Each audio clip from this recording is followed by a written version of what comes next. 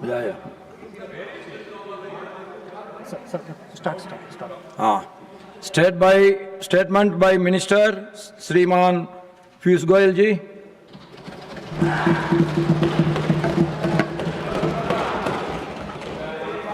माननीय चेयरमैन महोदय, 1 minute. You continue. After this, we will take it. जैसा कि इस सदन के माननीय सदस्यों को ज्ञात होगा, प्रधानमंत्री माननीय श्री नरेंद्र मोदी जी की फरवरी 2025 में अमेरिका यात्रा के बाद से भारत और अमेरिका एक संतुलित और पारस्परिक रूप से लाभकारी द्विपक्षीय व्यापार समझौते का संपन्न करने के उद्देश्य से नियमित रूप से चर्चा करते रहे हैं।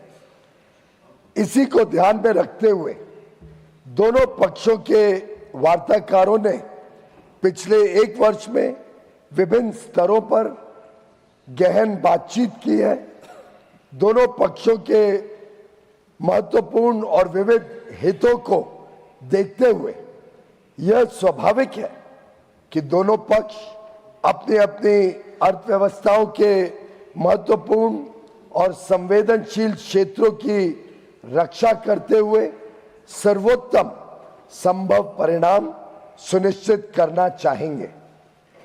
इन वार्ताओं के दौरान भारतीय पक्ष अपने संवेदनशील क्षेत्रों, विशेषकर कृषि और दुग्ध क्षेत्रों के हितों की रक्षा सुनिश्चित करने में सफल रहा है।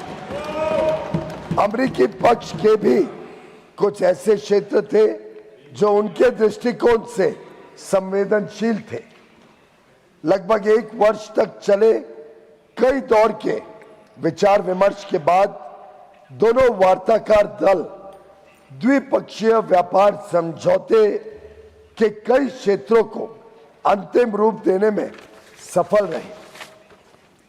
2 फरवरी 2026 को प्रधानमंत्री मोदी जी और अमेरिकी राष्ट्रपति डोनाल्ड ट्रंप ने द्विपक्षीय और अंतर्राष्ट्रीय महत्व के कई मुद्दों पर फोन पर चर्चा की।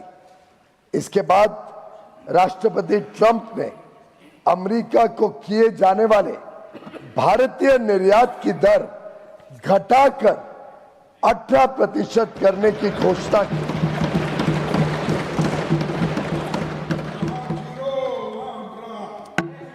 मैं इस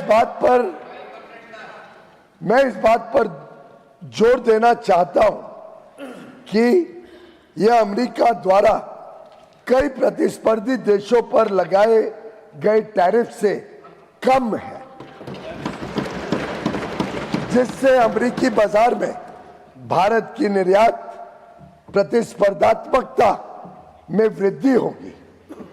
यह समझौता भारतीय निर्यातकों को विशेष रूप से श्रम प्रधान क्षेत्रों और विनिर्माण महत्वपूर्ण तुलनात्मक लाभ भी प्रदान करता है। मैं इस सम्मानित सदन के समक्ष यह दोहराना चाहता हूं कि खाद्य और कृषि क्षेत्र में भारत की प्रमुख संवेदनशीलता को पूर्णतः ध्यान रखा गया है।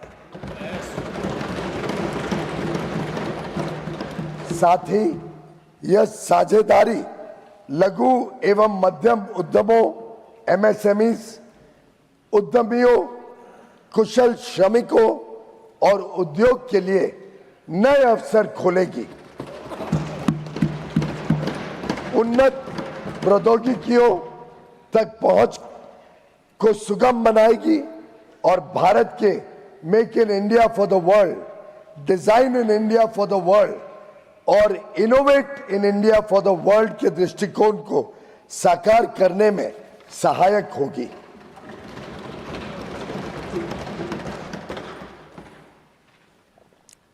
यह ऐतिहासिक ढांचागत समझौता भारत अमेरिका संबंधों को मजबूत करने और विकसित भारत 2047 की दिशा में हमारी यात्रा को आगे बढ़ाने की दिशा में एक महत्वपूर्ण कदम है और यह दुनिया के दो सबसे बड़े लोकतांत्रिक देशों के बीच मजबूत जुड़ाव को भी दर्शाता है,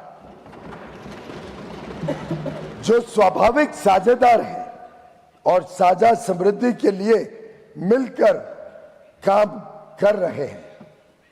मैं माननीय सदस्यों को सूचित करना चाहता हूं कि आगे की कार्रवाई के संदर्भ में दोनों पक्ष व्यापार समझौते से संबंधित आवश्यक तकनीकी प्रक्रियाओं को पूरा करने और कागजी कार्रवाई को अंतिम रूप देने के लिए मिलकर काम करेंगे ताकि इसकी पूरी क्षमता का शीघ्रता से लाभ उठाया जा सके।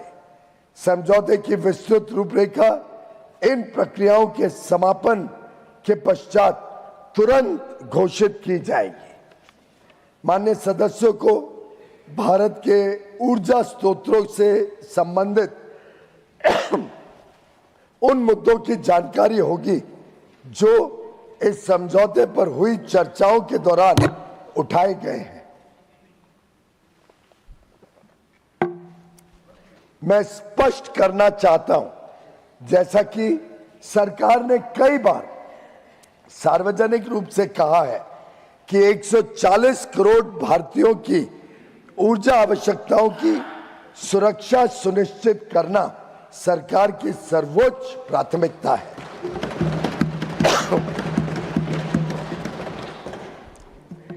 वस्तुनिष्ठ बाजार स्थितियों और बदलते अंतरराष्ट्रीय परिदृश्यों के अनुरूप ऊर्जा स्रोतों में विविधता लाना हमारी इस कार्यनीति का मूल आधार है। भारत की सभी कार्रवाइयां इसी बात को ध्यान में रखकर की जाती हैं। अतः मैं माननीय सदस्यों से इन मुद्दों को समुचित दृष्टिकोण से देखने का आग्रह करता हूं।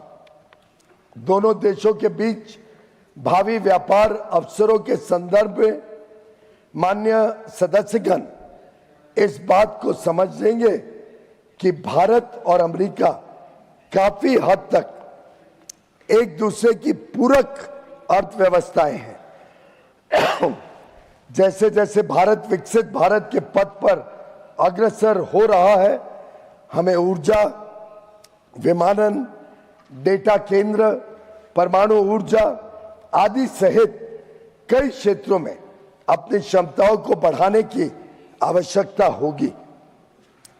अमेरिका इन क्षेत्रों में दुनिया का अग्रणी देश है, इसलिए हमारे लिए इन क्षेत्रों में व्यापार की संभावनाओं पर ध्यान केंद्रित करना स्वाभाविक है, जिससे न केवल हमारी खरीद में बल्कि हमारे अपने निर्यात में भी विस्तार होगा। अतः हमारा अनुमान है कि तुलनात्मक लाभ के परिणाम स्वरूप कई क्षेत्रों में भारत का निर्यात अमेरिका में भी काफी बढ़ेगा। विश्व की सबसे बड़ी अर्थव्यवस्था के साथ यह ढांचागत समझौता, जो आने वाले वर्षों में वैश्विक विकास और नवाचार को गति प्रदान करेगा, भारत की जनता एवं राष्ट्र के व्यापक हित में है। यह विकसित भारत और आत्मनिर्भर भारत दोनों को सशक्त बनाता है।